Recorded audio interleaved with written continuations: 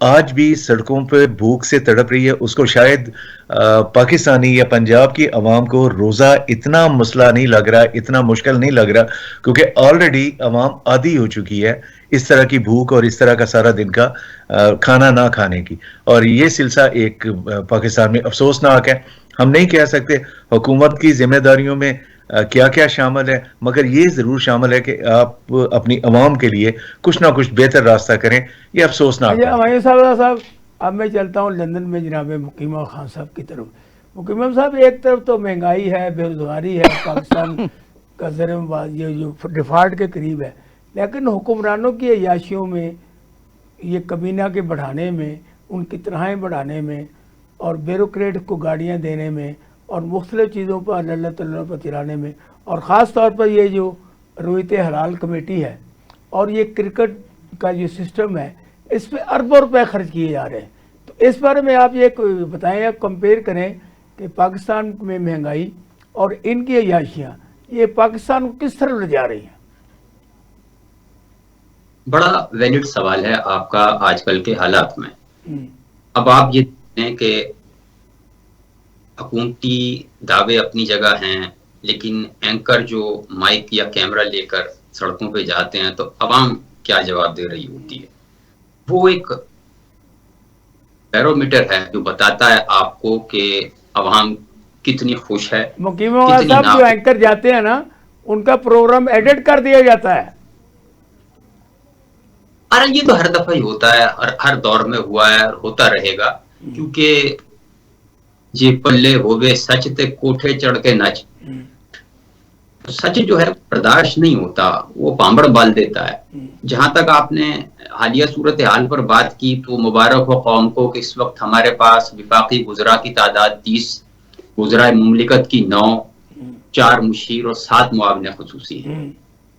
اور اب یہ سارے وزراء مل کے عوام کی تکلیفوں کو دور بھی کریں گے, ان کے درد کا مداوا بھی بنیں گے, اور ان کے مسائل بھی حل کریں گے.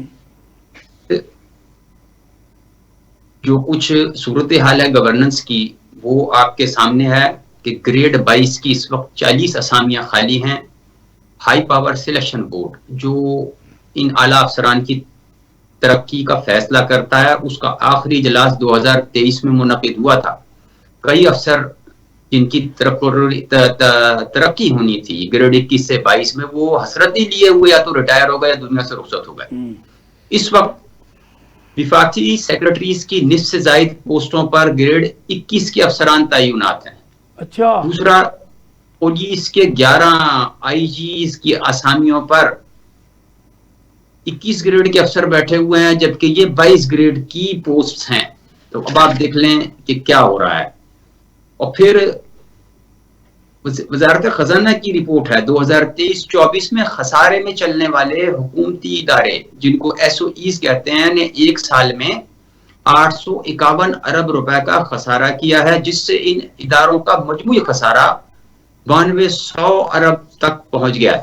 ٹھیک, یہ رپورٹ ہے, وزارت خزانہ کی رپورٹ ہے, میں کوئی ادھر ادھر سے نہیں لے رہا ہوں. اب آپ یہ بتائیے کہ اس کو کیسے جسٹیفائی کیا جائے گا یا کیسے ڈیفینڈ کیا جائے گا. کرنے والے تو کچھ بھی کہہ دیتے ہیں اور کوئی نہ کوئی چیز گھڑ لیں گے, لیکن یہ ہے کہ یہ اس طرح کا جو زیاں ہو رہا ہے, خزانے کی جو پامالی ہو رہی ہے, اور وزراء کی تعداد بڑھا کے کیا گورننس آپ کے علم میں ہے یہ وزراء پیسے دے کے وزیر بنتے ہیں یا ان کو میرٹ پہ لیا جاتا ہے؟ سر, میرے ٹی وی پروگرام میں سابق وزیر اعلیٰ بلوچستان نواب غوث بخش بارودی نے آن ریکارڈ یہ کہا تھا کہ مجھے ایک صاحب نے کہا تھا کہ صرف عبوری صوبائی وزیر بنا دو اور میرے سے 10 کروڑ روپے لے لو. ٹھیک. تو یہ تو کوئی ایسی بات ہے نہیں کہ یعنی مانی نہ جا سکے. اور وہ بڑے معتبر آدمی ہیں, بڑے اپ رائٹ آدمی ہیں, اور بڑے اوپنلی بات کرنے والے آدمی, اور اللہ زندگی صحت دے, وہ ابھی بھی آپ ان کو لے لیں تو وہ یہی بتا دیں گے آپ کو کہ یس دس ہیز ہیپنڈ. ٹھیک. تو اور دوسرا کہ صورتحال اتنی اچھی نہیں ہے جس طرح کے دعوے کیے جا رہے ہیں, لیکن یہ ہے کہ اس وقت میڈیا ہاؤسز کی موجیں لگی ہوئی ہیں, دھڑا دھڑ اشتہار ان کو مل رہے ہیں کہ جناب فیئر پرائز شاپس بنا دی ہیں وفاق نے اور صوبوں نے جو ہے سٹال لگا دیے ہیں اور بازار بنا دیے ہیں، لیکن وہ ویڈیو جو کلپس آ رہی ہیں وہ عجیب و غریب صورتحال ہے کہ وہ 1-1 کلو چینی کے لیے لائنیں لگی ہوئی ہیں اور فوٹو سیشن کے بعد وہ کرسی میزیں اور تمبو کناتیں اٹھا کے نکل جاتے ہیں. کل وزیر اعظم کو بڑا غصہ چڑھا ہے کہ یہ مہنگائی کیوں بڑھ رہی ہے رمضان میں، جبکہ پہلے وہ یہ کہتے ہوئے تھکتے نہیں تھے کہ مہنگائی ختم ہوگی، مہنگائی ختم ہوگی. یہ بات کدھر گئی؟ اس میں اب پھر وہ معاشرتی پہلو آ جاتا ہے. یہ جو منافع خوری والا وائرس ہے یہ گرو کر جاتا ہے رمضان میں، کیونکہ لوگوں نے پھر آخری عشرے میں عمرے بھی کرنے ہوتے ہیں اسی کمائی سے. تو ہمارے جو تاجر حضرات ہیں ان کو شاید کیونکہ یہ چینی مافیا جو ہے نا، شوگر مافیا 2 ارب روپے روزانہ لوٹ رہے ہیں عوام کے، چینی کی قیمتیں بڑھا کے. دیکھیے اب یہ تو ہمیشہ ہوتا آیا ہے، آپ کے سامنے بیسن مہنگا ہوگا، پکوڑے آپ کے لیے خریدنے مشکل ہو جائیں گے، سموسے بنانے میں آپ کو مشکلات پیش آئیں گی، عام آدمی کی ضروریات کی چیزیں ہیں. ہاں جی، شربت کی قیمتیں اوپر ہو جاتی ہیں، چینی کی دستیاب نہیں ہوتی، پھر جو کھانے پینے کی اشیاء کے اوپر مطلب جو ہے وہ لوٹ. اب اس کا تو یہ ہے کہ یا تو خوف خدا ہو اور یا ڈنڈے کا زور ہو، تو 2 ہی باتیں ہیں، ورنہ یہاں پہ اب وہ نرمی اور کیا کہتے ہیں کہ وہ اچھے دل کے ساتھ کرنے والے کام اب رہے نہیں ہیں. جی اچھا، ایک بات یہ جو ابھی ایک پروگرام میں سابق وزیر اعظم کے مشیر تھے، ان سے پوچھا تو انہوں نے کہا جو مہنگائی ہے ذمہ دار اس کے عمران خان ہے. تو میں نے ان کو کہا بھی 50 سال سے آپ حکمران ہیں تو عمران خان کیسے ہو گئے؟ ان کے اس نے جو کچھ کیا نا 3 سال میں اس سے ملک ڈوب گیا ہے، اور اس سے اسی وجہ سے دہشت گردی بھی ہو رہی ہے، اسی وجہ سے مہنگائی بھی ہے. اس پہ جو تبصرہ فرما دیں آپ. سر وہ ہمارے یہاں یہ کہاوت ہے کہ وہ جڑا رویا پچھلے نو رویا. پھر ایک شعر ہے، پھر میں اس کی تشریح بھی کروں گا آپ کی خدمت میں. ہاں وائی ناٹ. زمانے میں جب کوئی نیا طوفان اٹھتا ہے، زمانے میں جب کوئی نیا طوفان اٹھتا ہے وہ اشارے سے بتا دیتے ہیں تربت میری.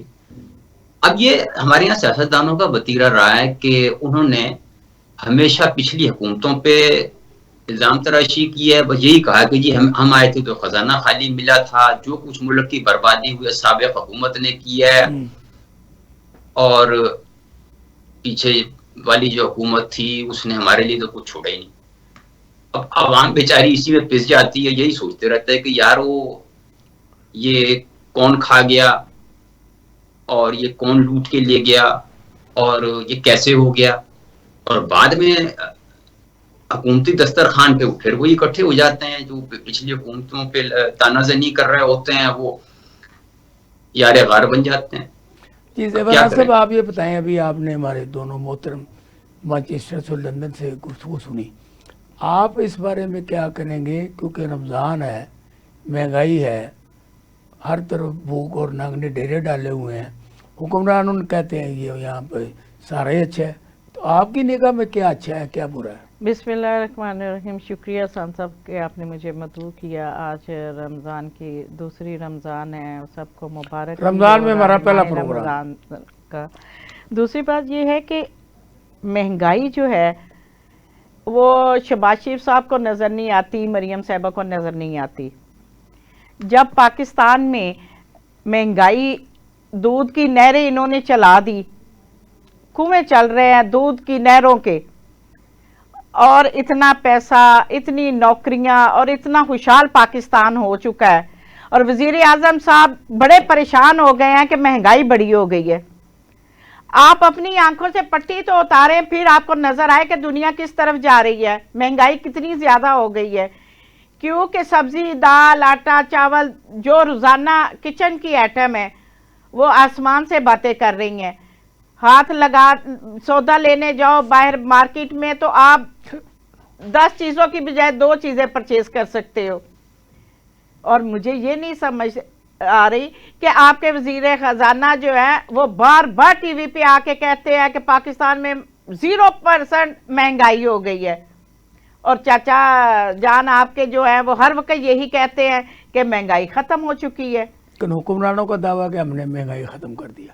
ہم پھر اب واپس چلتے ہیں مانچسٹر اور جناب ہمایوں صاحب سے یہ پوچھتے ہیں کہ یہ جو ڈے ٹو ڈے اینکرز کو آفر کیا جا رہا ہے اخبارات میں اور ٹی وی چینلوں پہ اتنے اشتہارات ہیں کہ اب میرا بھی مختلف اخبارات میں کالم چھپتا تھا.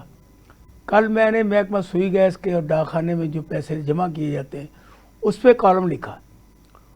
وہ بھی کسی جو اخبار ہیں جن میں پہلے میرا چھپتا تھا نہیں چھاپا. تو جب میں نے ان سے پوچھا تو انہوں نے کہا یہ آپ نے حکومت یہ بھی دونوں ادارے حکومت کے ہیں جن کے خلاف آپ نے لکھا ہے. تو اب مجھے یہ بتائیں لکھنے والے کہنے والے کہاں جائیں, کیا سلوک کیا جا رہا ہے؟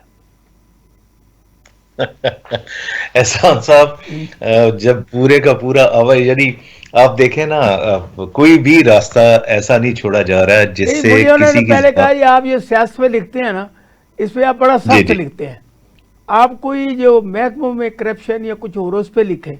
اب وہ میں نے لکھا وہ بھی چھپا. جی اصل میں یہ کہ محکمے ہیں کن کے اسی حکومتی یعنی ذمہ داری میں ہے نا جی. اور اگر کسی جگہ پہ کوئی چیز نظر آئے میں گی تو روزانہ مشرق کو سلام پیش کرتا ہوں, انہوں نے چھاپ دیا. جنگ نے, نوائے وقت نے, خبریں نے, نئی بات نے نہیں چھاپا. احسان صاحب ساری ذمہ داری تو انہی پہ آتی ہیں. اب حالت یہ ہے کہ آج کا دور جس میں ہم کہتے ہیں جی کہ یہ ایک ترقی کی معراج ہے, یہاں پہ ہر جگہ پہ آپ کو ہر قوم آگے بڑھتی نظر آ رہی ہے. اور افسوس کے ساتھ کہ آج بھی ہمیں اسی حالات کی طرف دھکیلا جا رہا ہے. جیسے یہ 47 میں جب یہ ملک آزاد ہوا تو اس ٹائم کے جو حالات تھے, اس کے بعد جو آکے مختلف ڈکٹیٹرز نے کیے, اور جب ہر طرف زبان بندی کا ایک دورہ ہوتا تھا جس کو چاہے اٹھا لیا جاتا تھا. یعنی آج کا ایسا دور, ترقی یافتہ دور, جس میں ہر قوم مہذب ہو چکی ہے, اگر نہیں ہے تو وہ کوشش کر رہی ہے.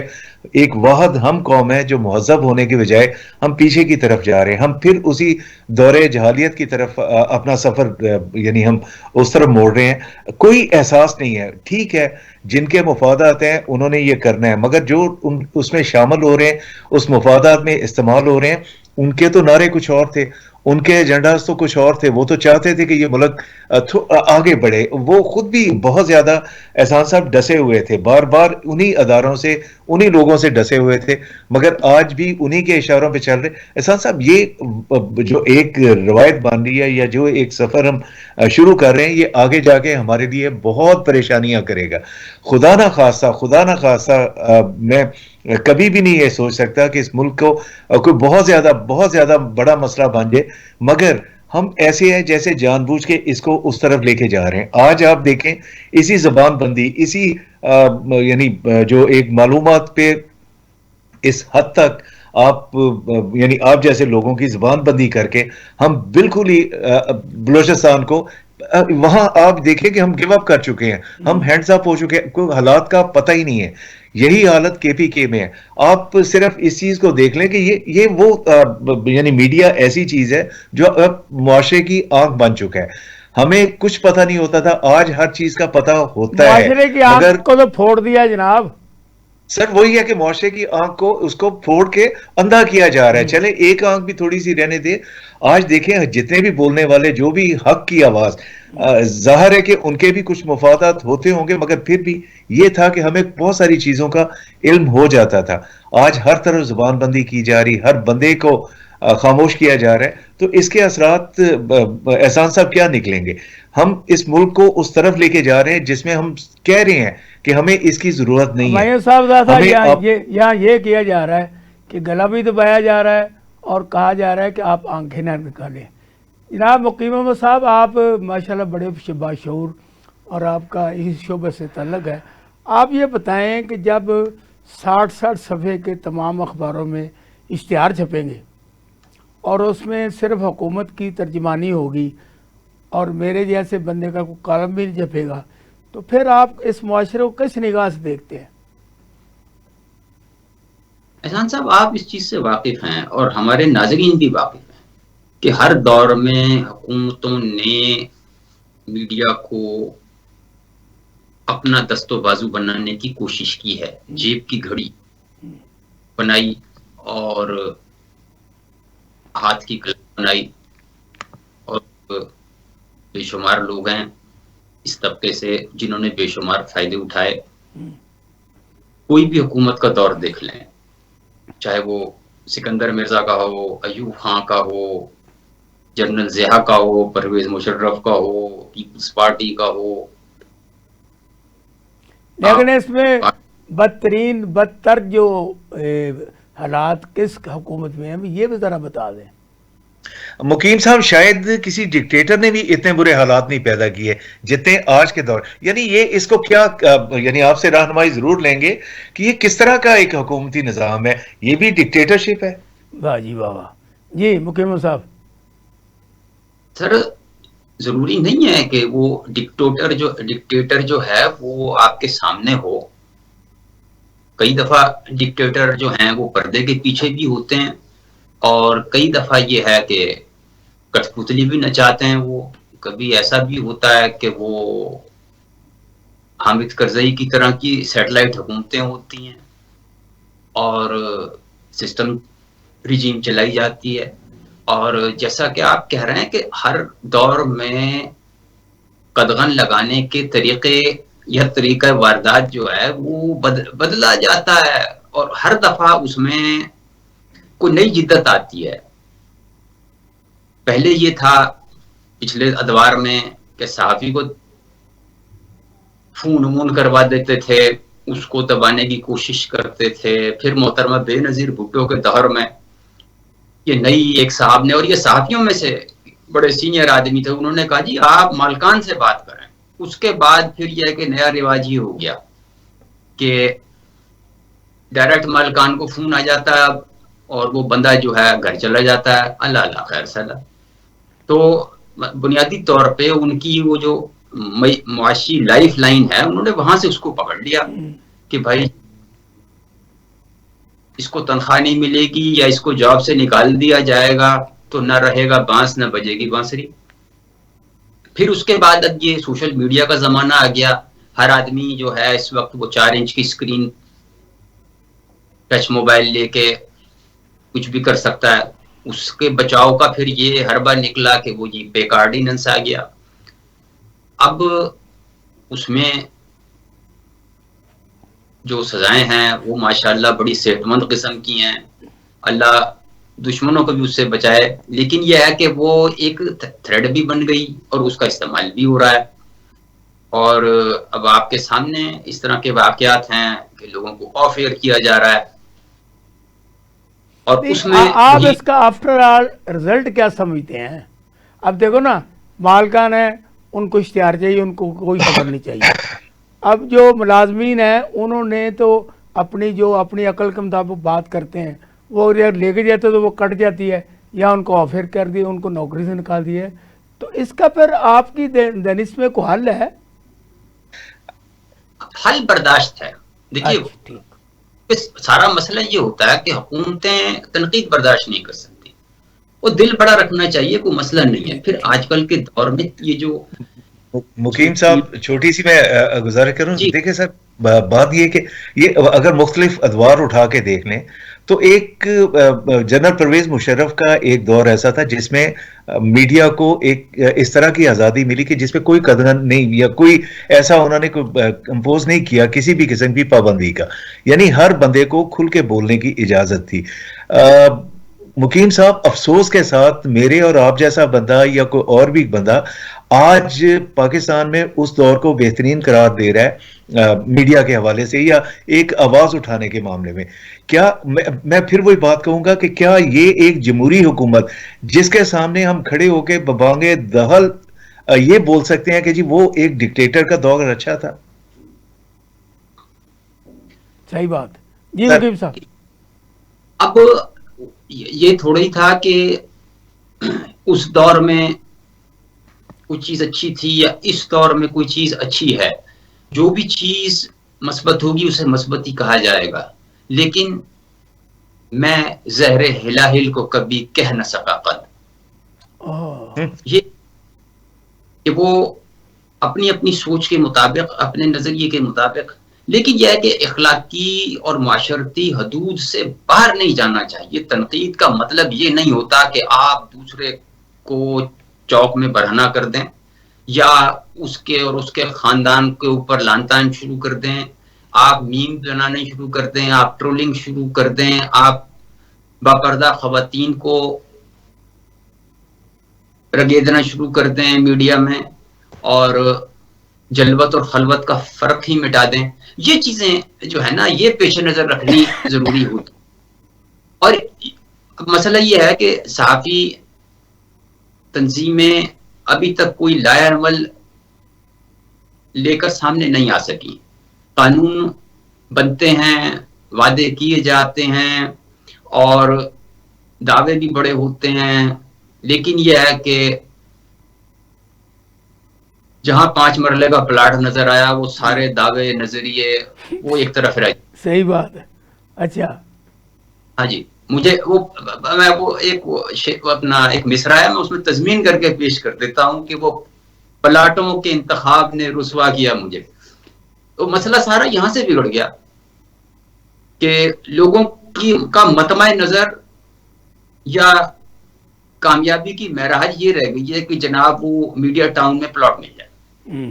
اس صورت حال میں وہ آپ یا تو کسی کا ماؤتھ پیس بن جائیں گے, کسی کا آرگن بن جائیں گے, یا کسی کا ٹول بن جائیں گے. ایک اور لفظ بھی ہے وہ کہہ نہیں سکتے. تو اس قسم کی جو مشکلات ہیں اور یہ اس قسم کا جو طریقہ ہے اور یہ جو لالچ اور طمع ہے اس نے مار دیا. پھر یہ ہے کہ حکومتوں کے پاس جو ہے وہ ہر قسم کی کیرٹ ہوتی ہے, اگر سٹک بھی ہے تو کیرٹس بھی ہے. کہ وہ کیسے عہدوں پہ خالی سادہ بی اے پاس چیئرمین لگے ہوئے تھے جن کی 14 لاکھ روپے تنخواہ تھی. پی ٹی وی میں لوگوں نے ملازمتیں کی, کون کون کتنے بڑے بڑے پیکیجز پر رہے اور ابھی بھی ہیں. یہ ہر دور میں اسی طرح ہی. یعنی آپ کا مقصد یہ ہے کہ صبر, تحمل, برداشت. جی زیبر صاحب آپ کو کچھ کہنا چاہتی ہیں؟ احسان صاحب, میں میڈم ٹک ٹاکر صاحبہ سے یہ کہنا چاہتی ہوں, اس دفعہ جو رمضان پیکج آپ دیں نا تو آپ ایک بڑے میدان میں اس کو رکھیں اور آئی ڈی کارڈ لے کے آپ خود تقسیم کریں, کیونکہ پچھلی دفعہ جتنا گھپلا لگایا انہوں نے, جتنا پیسہ کمایا انہوں نے, اس میں وہ آج تک پورا وہ جو یہ رمضان کا 1 مہینے کا جو منافع ہوتا ہے لوگ پورا سال اس کے ساتھ, وہ جیسے انہوں نے بتایا کہ انہوں نے رمضان کے بعد عمرے بھی کرنے جانے ہوتے ہیں, تو عمرہ کرنے کا پیکج 8-10 لاکھ روپے کا ایک بندے کا ہوتا ہے. تو جب پوری فیملی نے جانا ہے وہ ظاہر ہے لاکھوں کروڑوں روپے اکٹھے کریں گے تو جائیں گے نا. تو لہٰذا اس دفعہ ٹک ٹاکر صاحبہ نے یہ بھی ایک عوام کو کہا ہے کہ آپ کے پاس نہ یوٹیلیٹی سٹور ہے نہ آپ کو سستی اشیاء ملے گی. جب بھی آپ نے کوئی چیز لینی ہے تو آپ اس جگہ پہ جائیں گے جہاں سستے بازار لگائے جائیں گے, رمضان والے. تو رمضان پیکج تو ہمیں کہیں سے نظر نہیں آئے ابھی تک, اور میڈم صاحبہ نے کہاں لگانے ہیں اور کس جگہ لگانے ابھی تک کوئی ہمیں امید بھی نظر نہیں آ رہی. صرف یہ ضرور پتہ چل رہا ہے کہ وہ فلاں جگہ پہ بیٹھ کے انہوں نے اعلان کر دیا ہے کہ لیپ ٹاپ دیے جائیں, کیونکہ یہ ان کے باپ کی وراثت ہے. یہ ان کی اپنی کوئی ایسی کمپنیاں لگی ہوئی ہیں جہاں سے پرچیز کرتے ہیں سستے داموں اور لوگوں کو مہنگے داموں بیچ دیتے ہیں. ان کا اور کوئی عوام کو ریلیف دینے کا کوئی خیال نہیں ہے, نہ یہ سوچتے ہیں کہ ہمارا لائحہ عمل کیا ہے. ہم آئے ہوئے ہیں 47 کی حکومت بنا کے, ہم نے اپنے آپ کو کس طریقے سے پریزنٹ کرنا ہے. فوٹو سیشن سے بیگم صاحبہ نکل کے عوامی رائے لے, عوام کو دیکھے کہ وہ کس طرح پس رہی ہے, اور یہ جو مہینہ ہے اسی کا کوئی خوف دماغ میں ڈال کے کہ مرنا ہم سب نے ہے, جو آئے ہیں ہم نے جانا بھی ہے. لیکن آپ تو پتہ نہیں صدا ورث لگوا کے آ چکے ہیں, آپ کی موریں لگ چکی ہیں, آپ کی قبر میں کوئی ٹائل نہیں لگنی, آپ نے اس کے اوپر اپنا تصویر کھنچوا کے لگوا لے. تو میرے خیال سے عوام تو بد دعاؤں کے علاوہ آپ کو کچھ دے بھی نہیں رہی, تو خدا کا خوف کر جائیں. صاحب آپ ہمیں یہ بتائیں کہ یہ پاکستان میں جو دہشت گردی کی لہر ہے اور خاص کر یہ کوڑا خٹک میں جو جامعہ حقانیہ میں ہوا ہے, اس کے بعد ہمارے تمام ان لوگوں نے جو کہ اس دہشت گردی کو کنٹرول کرنے والے ہیں, وہ وزیر اعظم ہوں,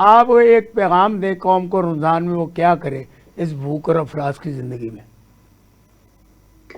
سر میں اس طرف بھی آتا ہوں، آپ کی اجازت ہو تو میں یہ مولانا حامد الحق حقانی کی شہادت کے اوپر جی جی چند الفاظ کہنا چاہوں گا. ہمارے ناظرین واقف جی جی 2018 میں ان کے والد مولانا سمیع الحق کو شہید کیا گیا تھا پنڈی میں، اور اب جو ہے مولانا حامد الحق کو شہید کیا گیا. مولانا صاحب جو ہیں 57 سال کی عمر میں شہید کر دیے گئے. MMA کے ٹکٹ پر رکن قومی اسمبلی منتخب ہوئے تھے 2002 میں، اور یہ ان کے کریڈٹ پر ہے کہ انہوں نے پیپلز پارٹی کے وزیر داخلہ میجر جنرل ریٹائرڈ نصیر اللہ بابر کو شکست دی تھی. اچھا مقیم صاحب، کیونکہ آج ٹائم ہو گیا ختم، انشاءاللہ نیکسٹ پروگرام میں ہم اس پہ بات کریں گے. میں آپ کا بہت شکریہ ادا کرتا ہوں. میوس حافظہ صاحب آپ کا بہت شکریہ. زیبانات صاحب آپ کا بہت شکریہ.